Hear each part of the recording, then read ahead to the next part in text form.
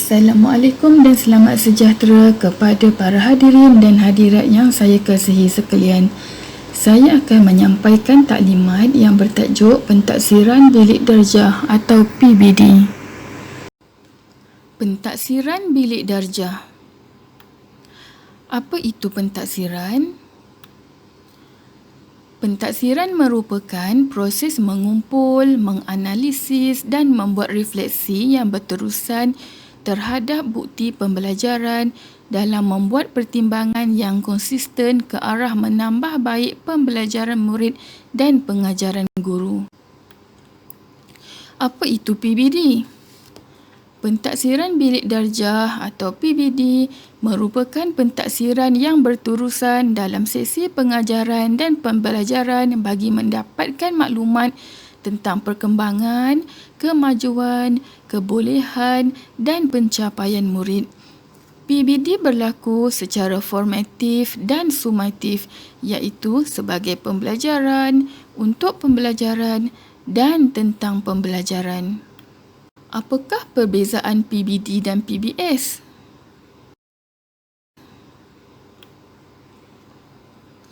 PBS ialah pentaksiran berasaskan sekolah, suatu pentaksiran yang bersifat holistik, iaitu menilai aspek kognitif, afektif dan psikomotor. Oleh itu, terdapat 4 komponen dalam PBS, iaitu pentaksiran pusat, pentaksiran aktiviti jasmani, sukan dan kurikulum, pentaksiran psikometrik dan pentaksiran bilik darjah. PBD pula ialah pentaksiran yang berlaku secara berterusan sepanjang PDP bagi semua mata pelajaran.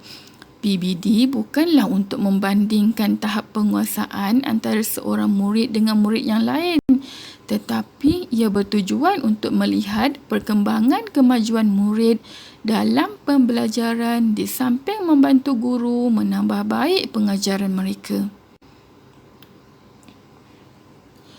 Komponen PBS ada 2, iaitu komponen akademik dan komponen bukan akademik.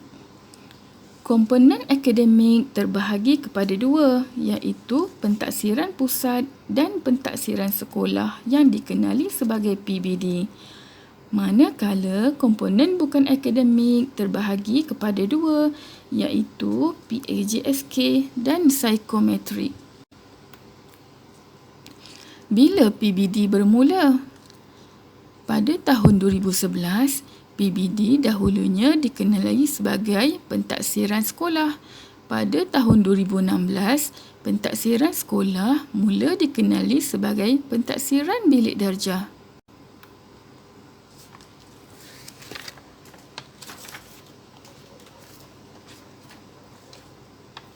Perkembangan dokumen kurikulum dan pentaksiran bilik darjah. Pada tahun 2011, perekodan pentaksiran sekolah dilakukan secara online yang menggabungkan DSK dan DSP. Pada tahun 2014, perekodan pentaksiran sekolah dibuat secara offline menggunakan dokumen DSKP. Pada tahun 2016, pentaksiran sekolah dikenali sebagai PBD. Tahun 2017, KSSR Semakan diperkenalkan bermula dari tahun 1.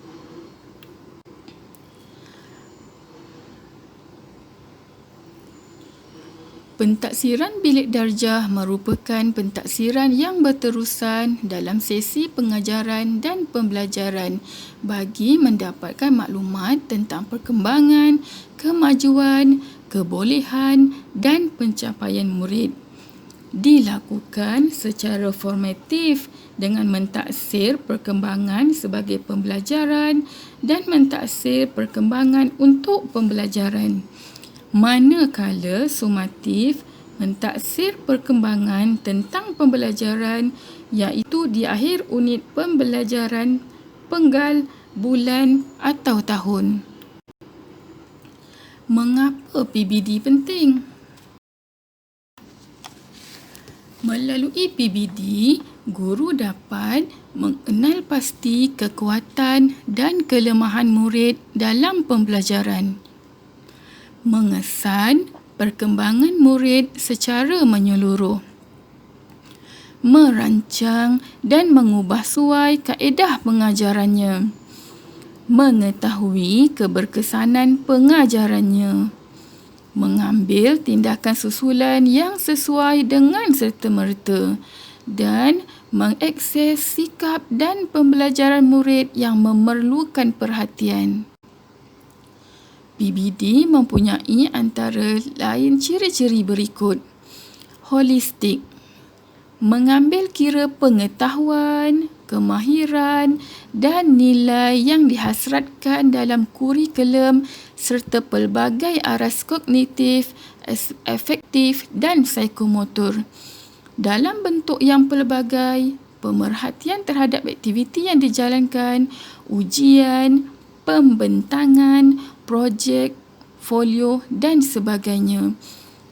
Ini membolehkan murid mempamerkan pelbagai keupayaan pembelajaran dan adil kepada semua murid. Apakah mata pelajaran yang terlibat dengan PBD? Proses PDP melibatkan tugasan individu atau berkumpulan,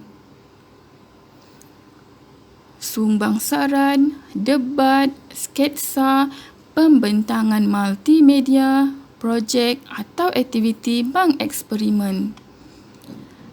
Instrumen pentaksiran adalah seperti kuis, kerja projek, folio, ujian bulanan, peperiksaan, penilaian kendiri, refleksi kendiri dan penilaian rakan sebaya.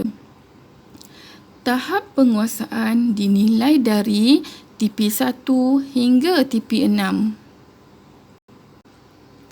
TP1 dan TP2 bermaksud tidak melepasi tahap minimum, manakala TP3 dan seterusnya melepasi tahap minimum.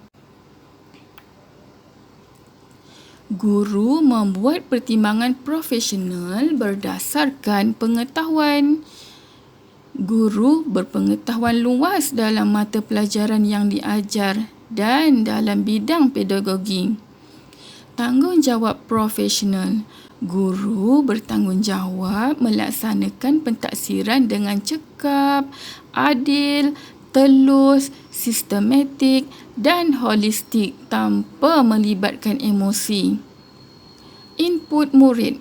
Guru membuat pertimbangan berdasarkan hasil kerja, keupayaan, tingkah laku, kelebihan atau kekurangan pada murid dan prestasi mereka dalam ujian atau aktiviti PDP.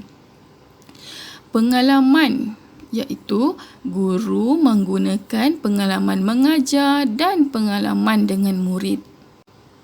Bagaimana PBD dilaporkan?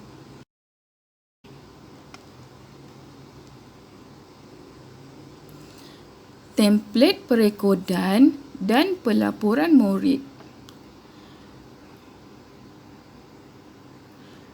Setiap guru subjek akan menilai tahap penguasaan murid mengikut bidang subjek dan akan memberi penilaian mengikut keupayaan mereka.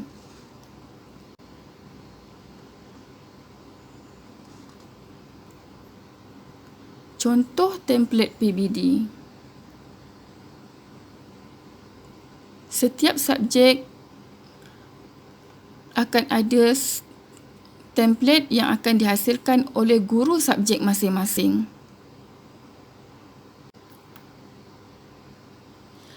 Pelaporan PBD akan dicetak 2 kali setahun, iaitu pertengahan dan akhir tahun. Murid akan mengetahui tahap penguasaan subjek masing-masing melalui pelaporan yang diberikan oleh guru kelas masing-masing. Sekian taklimat dan penerangan dari saya tentang pentaksiran bilik darjah atau PBD. Terima kasih.